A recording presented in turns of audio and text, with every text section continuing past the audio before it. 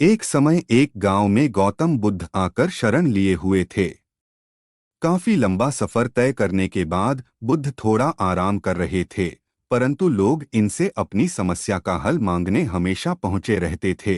ऐसे में जहां भी वह रुकते वहां लोग लंबी कतार में जमा हो जाते और उनको अपनी समस्या बताते और बुद्ध उसका समाधान करते।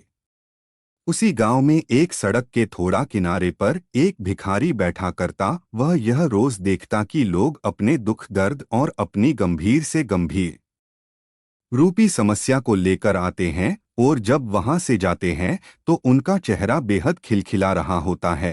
वे मुस्कुरा रहे होते हैं और नए जोश के साथ भरे दिखते हैं। भिखारी के मन में यह विचार आया कि क्यों न वह भी बुद्ध के पास जाए, उन्हें अपना हाल कह सुनाए, परंतु वह डरता था। इसके बाद एक दिन गहरे चिंतन के बाद वह भिखारी बुद्ध के पास गया। उसी गांव में एक सड़क के थोड़ा किनारे पर एक भिखारी बैठा करता। वह यह रोज देखता कि लोग अपने दुख दर्द और अपनी गंभीर से गंभीर रूपी समस्या को लेकर आते हैं, और जब वहां से जाते हैं तो उनका चेहरा बेहद खिलखिला रहा होता है। वे मुस्कुरा रहे होते हैं और नए जोश के साथ भरे दिखते हैं। भिखारी के मन में यह विचार आया कि क्यों न वह भी बुद्ध के पास जाए, उन्हें अपना हाल कह सुनाए, परंतु वह डरता था। इसके बाद एक दिन गहरे चिंतन के बाद वह भिखारी बुद्ध के पास गया। लोग लंबी लाइन में खड़े रहते और एक एक कर अपनी समस्या का समाधान लेकर वहां से चले जाते। ऐसे में गौतम बुद्ध के चेहरे पर सदा मुस्कान रहती और वे हमेशा इसी तरह समस्या का हल बताते। भिखारी भी जब उनके पास पहुंचा तो उन्हें प्रणाम करता हुआ बोला, हे भगवान, इस जगह पर सारे लोग खुश व समृद्ध है, पर मैंने तो ऐसा कुछ नहीं करा जिससे मेरे को जीवन का दुख झेलना पड़ रहा है। फिर मैं इतना गरीब और निर्धन व्यक्ति क्यों हूं?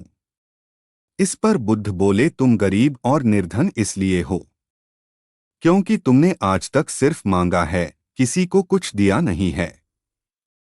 तो वहां खड़े लोग सब हैरान रह गए और सबके मन में यह सवाल उठने लगा कि यह गरीब किसी को क्या दे सकता है।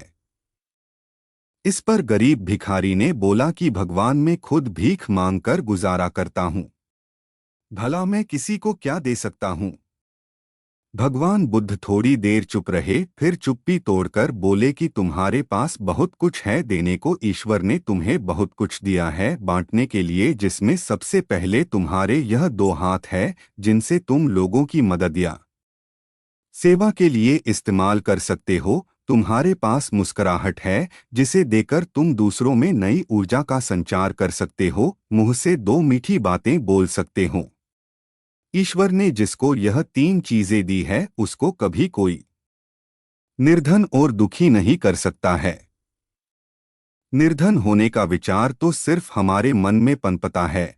यह एक सिर्फ भ्रम है जिससे तुम्हें उभरना चाहिए और अपनी जिंदगी की नई शुरुआत करनी चाहिए।